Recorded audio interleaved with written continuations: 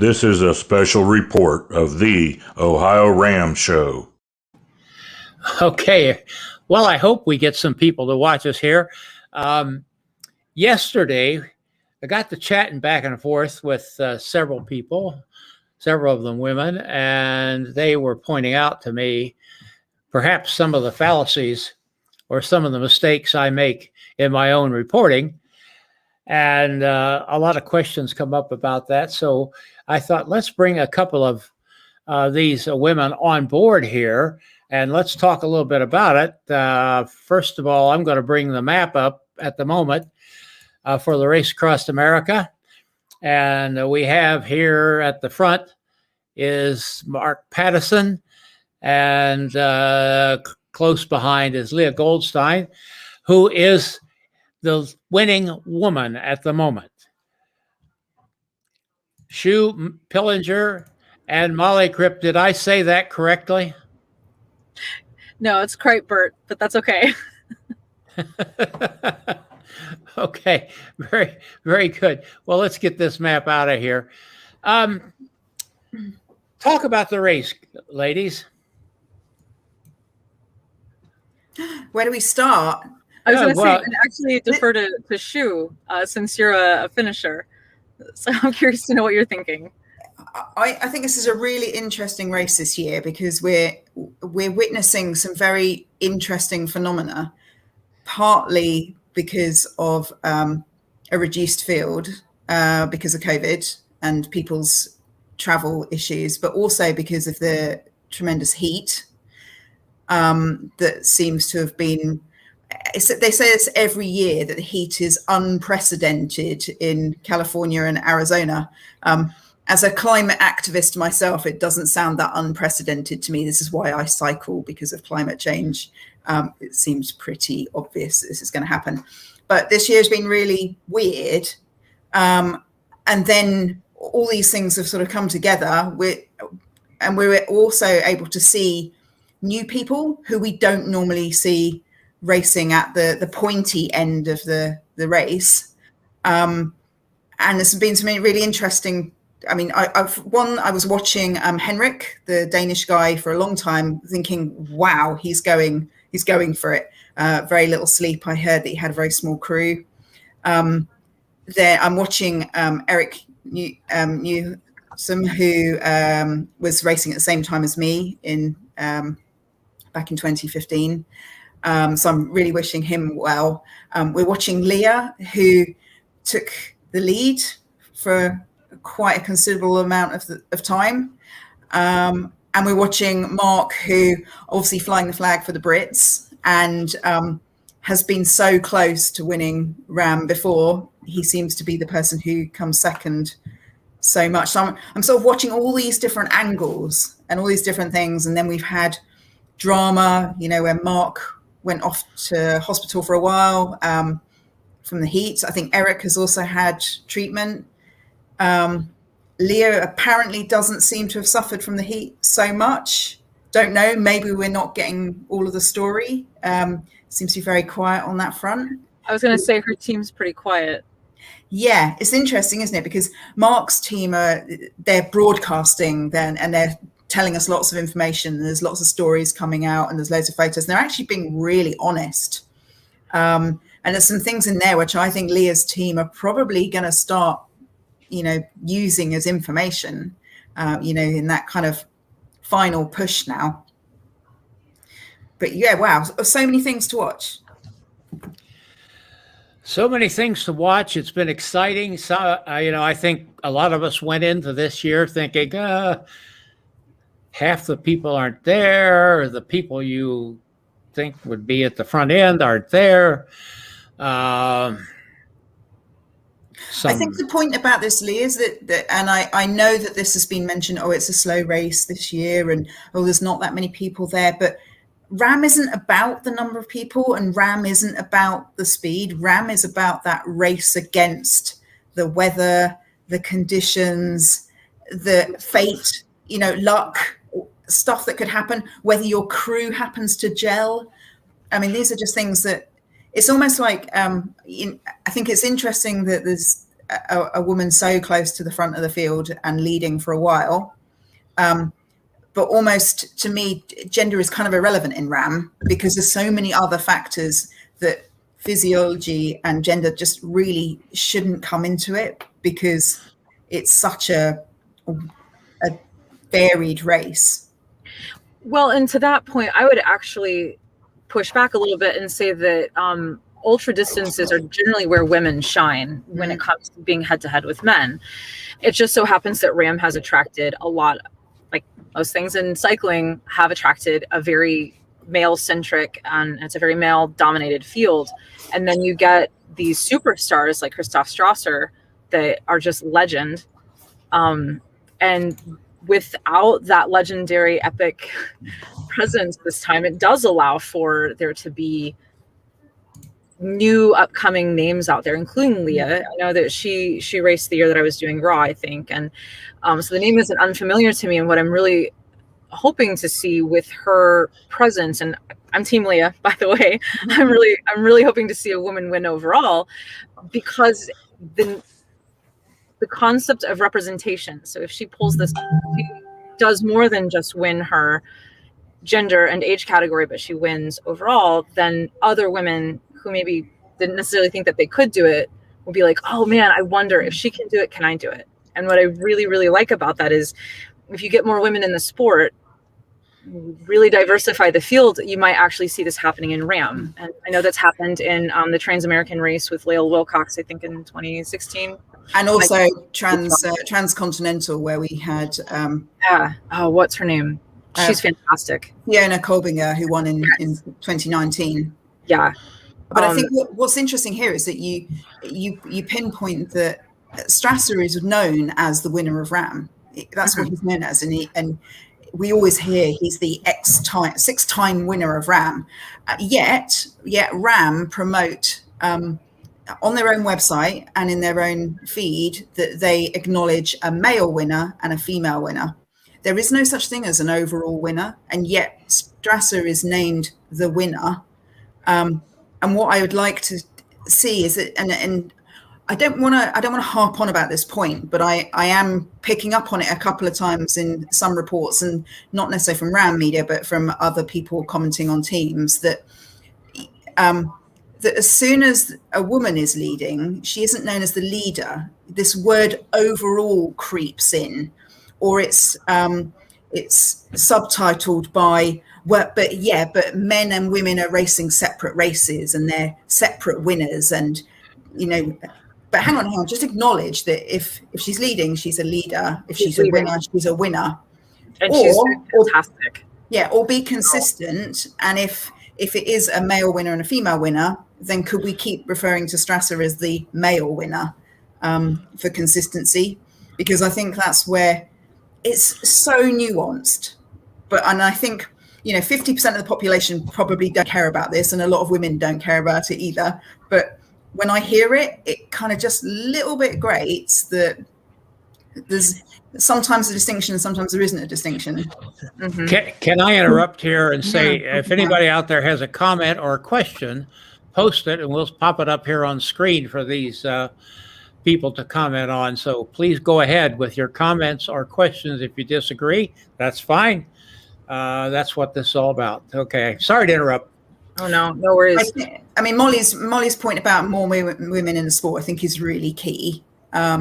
You see the size of the women's field compared to the men's field is so markedly different every year. Always has been. And I'm still waiting for that year where all the women finish as well, which is going to be a big thing. But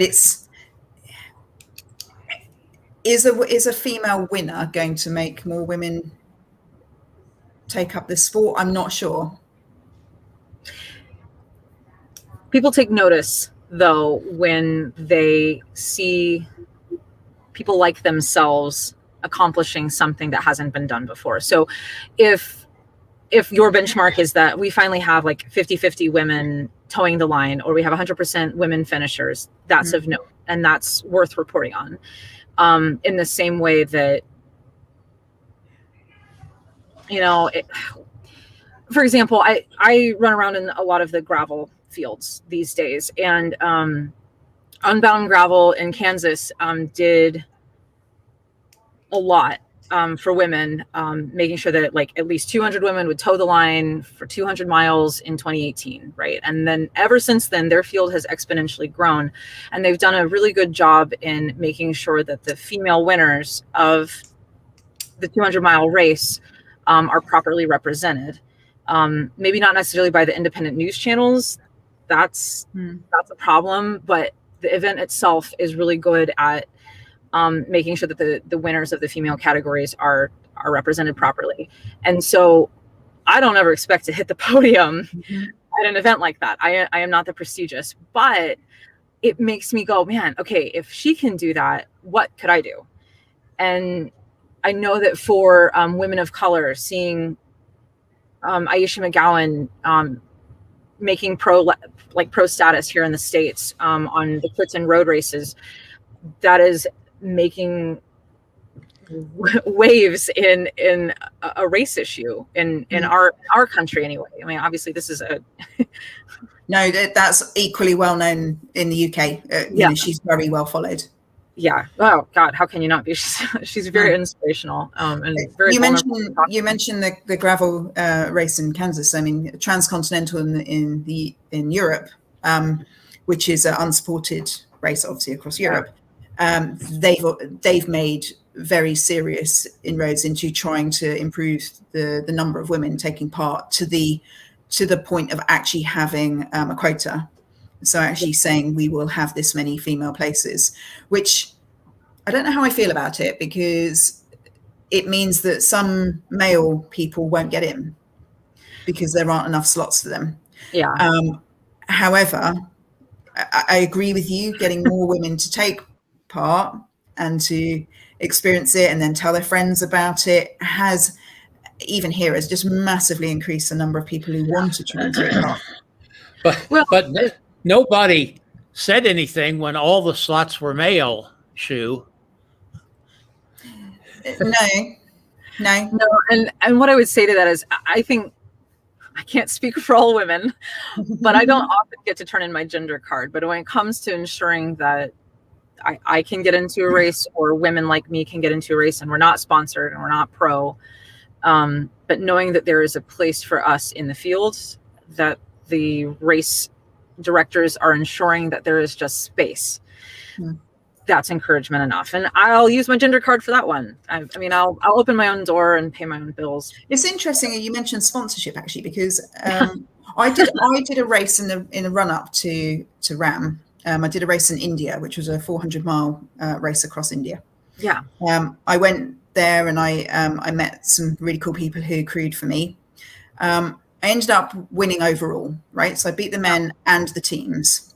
Congratulations. I didn't know that. That is a huge... Part of it for me, and I've just used the word overall, sorry, it's that creeps in because you feel like you've got to explain why something really unusual happened. But it was part of me was to give something to my sponsors who were supporting me for RAAM, right? Really important to get some coverage and to get the sort of name out there, talk about their companies. All of the press in India named the man as the winner, the next man as the winner. I had to write literally to newspaper after newspaper and say, excuse me, hello, I actually won. One man who came fifth but happened to win an age group was quoted everywhere as the winner. Not the male 50 age group winner, but the winner. And it took me ages to undo this. And I felt like such a whingy woman about something that's sour really grapes. fair. Right, sour grapes. And I think that's what really frustrates me for people like you and I and other women out there, is that like when you choose to take up space and to make corrections and to put yourself out there, I mean, you're taking on a huge emotional burden and putting yourself out there and being vulnerable and pointing this stuff out. You sound like a sour grapes. You're being a heartbeat. You're ungrateful. Why can't you just be happy with it? Women don't have problems. And it kind of leads to this thing where like, well, why aren't women doing these sports? And why should we have to make apology for wanting the same recognition that men get? That's like I'll tell you the other funny story. So when I actually finished RAAM, So 2015, there were 6 women on the start line. I actually ended up coming third. 3 women didn't finish, right? So the BBC reported it. Instead of going all out for first British woman ever to complete RAAM in 37 years, et cetera, et cetera, et cetera, they sort of glossed over that and said, she came last. That's what I got, was I came last. Now, the funny thing about this is, one, I wasn't last out of the women because 3 women didn't finish. And I wasn't even last overall. A man finished after me. So I'm like, so it doesn't just happen at the front of a field. It's also just weird reporting at the back of the field as well. Yeah, it's just very strange. I don't know. And I think about the wins that you see of these names and women who are winning overall or making, huge strides in sport, ultra sport, not just cycling, but, the ultra runners and stuff. And as one just joined our conversation as well. I was going to say, is that Megan Hackman? Hi, Meg, who's about to embark on a really scary sounding 1,000, is it mile or kilometer off-road bike packing adventure? That's so cool. Yeah, I tried to get Meg on here, and she said this wasn't her wheelhouse. So she's supposed to be prepping for her race. So I think she starts, is it tomorrow? She'll probably comment. Meg, on what that's going on. You've been keeping this from me.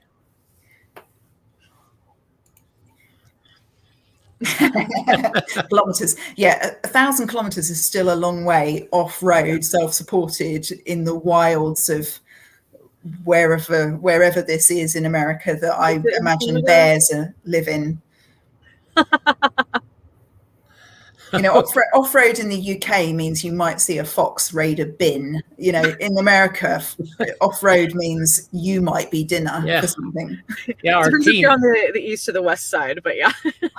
Interestingly enough, I am now 85 years old. I've lived around this part of Ohio most of my life, except when I was at that other great school in northern Indiana. Always picking fights with me, Lee. You're always picking fights. The Irish school.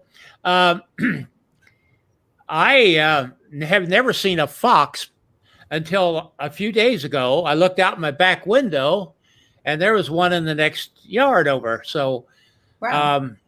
They're coming back here, apparently. Well, I didn't mean to interject that, but I couldn't help it. Oh, they're pretty cool animals. They are. Beautiful. They're a beautiful animal, aren't they? Yeah. I definitely lost my train of thought. I'm so sorry. And I'm really I broke it. It's my fault. I was going to interject about the animal I most remember on RAAM, which maybe it was just me, but I saw a huge number of flattened armadillos.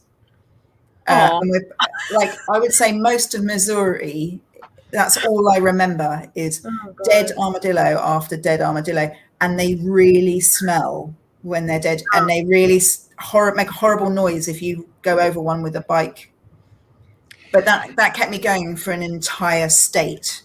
Somewhere hidden in my library, there's a book that was very popular among cyclists many years ago, Flattened Fauna. Yes, I bought that for my crew. After we did RAAM, I bought a copy of that for all of my crew.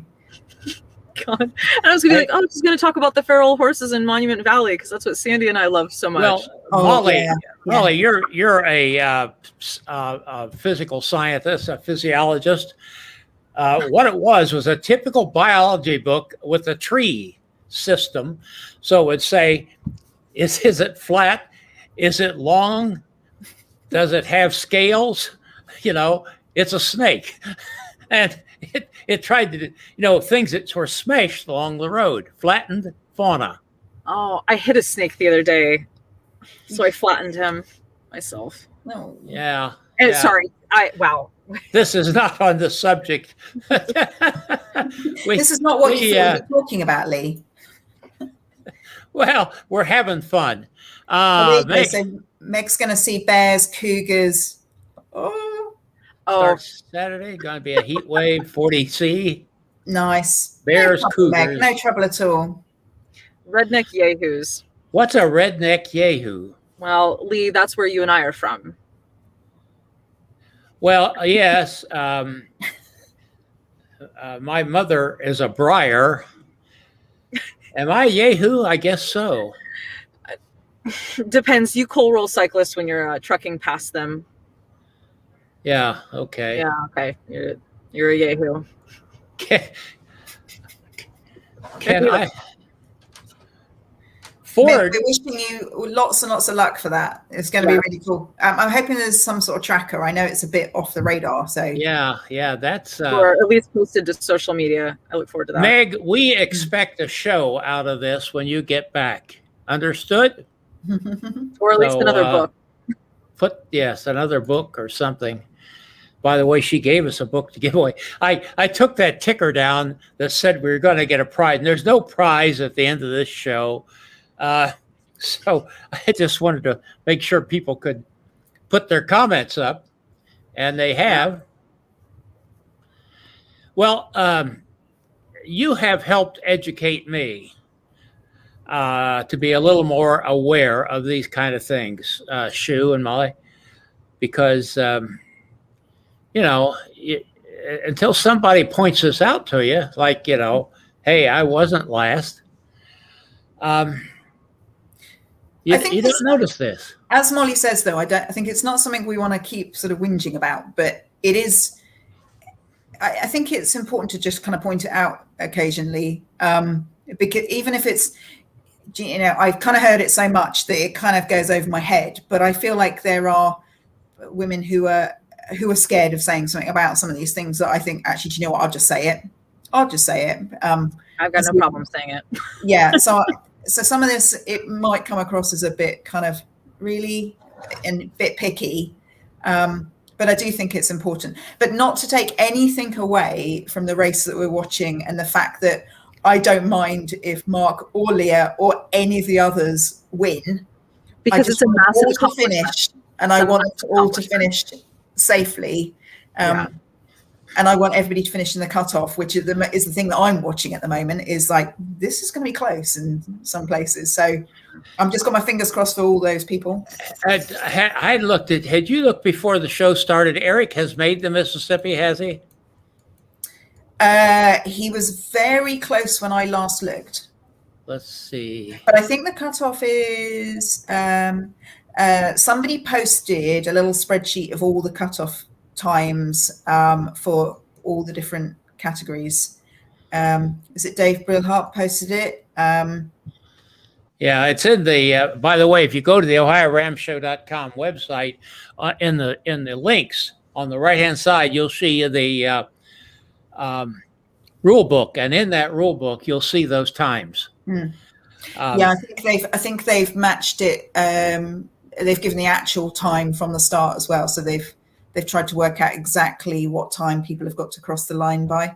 I know we've been having this discussion about it being quite a slow race this year. And I did you read the feed that apparently that really perked Mark up a little bit because he was really annoyed that everybody said it was a slow race. So apparently he shot off at like 18 miles an hour for the next however many hours. You said something. You said something, Shu, that I'd like to pick up on about you weren't last. There was 3 that didn't, finish. My grandson did his first serious gravel race at what used to be, I won't use the name, but now's Unbound Gravel a few weeks ago, the 200 miler. And in his category, he was like 500 and something out of 500 and something. Mm-hmm. And he was kind of, I said, Matt, 900 people started. Yeah. You are 500 out of 900. They never even made it to the finish line. Yeah. And don't forget, the people who didn't start. Yeah. The people, there's some, let's close to say 7 billion people who didn't even. Yes, that's true. That's important. There's all those billions of people that have never tried anything like this and don't have well, a lot of people can't, but could, but don't. But I think that's something interesting about RAAM because, and I know they say this so much, that just getting to the start line is a massive thing. And particularly this year because of the travel problems. I mean, look at the lengths Valerio went to get from Europe to Unbelievable. America via Mexico for, what's it, 2 weeks of quarantine? 2 weeks there. He said he's going to spend $5,000 on PCR tests for him and his crew alone. That was just one item in the budget. I missed that. But he made it. And of course, he became ill. I guess he was quite ill, Shu. I talked to him afterwards. It was more than just going to the bathroom and throwing up kind of. Yeah, I mean, I think you have to be pretty serious about dropping out of RAAM because, I mean, when I didn't finish in 2014, when I broke my collarbone because I fell asleep, all you can think of is I've got to go back and do it again. And you're thinking, I've got to raise all that money again. I've got to, it's sunk cost. So once you've done the race, that money's gone. You have to start again. I know Valeria's done it many, many times. It's probably not as big a loss, him dropping out of one, because it's, he's been there, he's done it. But for people maybe like Henrik, who managed to get here from Denmark, which must have been a bit of a trial as well, to actually not finish. Will we see him again? I hope so. Yes, that's true because a lot of people, it's a once in a lifetime thing. They can raise enough money once, and that's about it. So a couple of things, just to circle back around to the women part, because I know that you probably want to wrap up, Lee, but again, we're not wincing about it, and we're not being catty, but there are just a couple of things that I would hope that people who are listening to the Ohio RAAM show can remember is that, while we continue to speak up, it's oftentimes because stories aren't being heard, and the majority, the commonplace, the comfortable place that is doing the reporting doesn't get it, and it continues to perpetuate the normal, which is male-centric reporting. And also that words do matter, like Shu says, and to really emphasize that. And so by excluding, either consciously or unconsciously, it again leads to exclusion. And then finally, for women who don't necessarily feel like they can do RAAM because of external forces or RAW or any sort of ultra event, there is a significant claim to that. Here in the States, women do a lot of the emotional workload in addition to carrying a full-time job. And that emotional workload is oftentimes the domestic, even though perhaps they're partnered. So laundry, dishes, housekeeping, chores, child rearing if they have children. And so that is a significant reason why women aren't going into the ultra sports, because it is a big thing to train for. And so looking at the societal factors that lead to women not joining up is important as well. And if the representation isn't there by the media, then why would a woman put herself out there? And I know that there are arguments about that. And I'm with Shu. I don't really want to harp on it, and I don't want to necessarily have all of these points and reasons why women get places in races. But once there is fairness and equality within the sport, then I suspect that the work would be done. But until the work is done, we're not going to see any changes. So I would say now, Molly, that we are seeing, I think I'm seeing some really good media coverage. I mean, particularly with the very close race between Mark and Leah, it's very focused on Mark and Leah, how they're doing. I do feel like I haven't really heard about, is it Dorina? The Italian Dorina, lady, yes. Recently. I'd like to hear how she's getting on. I'd like to hear about some of the guys who are at the back of the pack as well. And I know that this is really hard to follow, particularly when it spreads out. I know that they've got to sort of pick and choose who they're following and what they're writing up. And I think they're doing an awesome job. Some of the comments that I'm making around the subject that Molly and I are talking about are not necessarily the prime media. It's kind of the comments coming in from other people. Well, and perhaps my problem is I'm not all RAM centric either. I'm talking on a bigger scale in terms of cycling as a whole. So to be fair, I do think that the RAM media is doing an excellent job covering Leah's race for what little information we're getting from her team. Right. And I do understand that. So well, I think that's deliberate though. I think that's part of the strategy. I think she's playing a mysterious game. I love it. Yeah. It's almost like we will find out within the next 36 hours. Yeah. I was going to say 48, but it'll be 36 hours. We'll know if that's the case or not.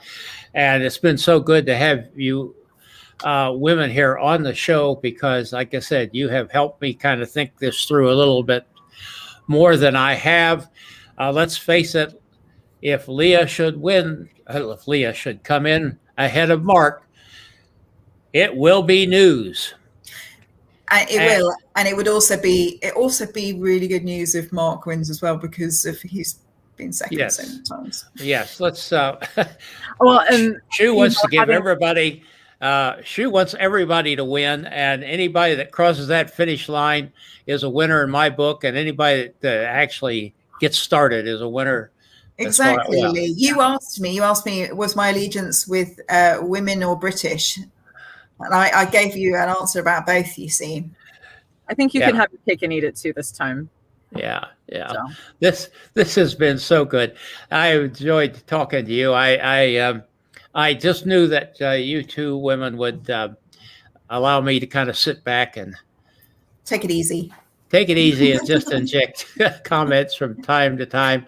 Hey, listen, we're going to, if I can find the right button here, I don't have my sidekick to help me today. He's setting up station 43.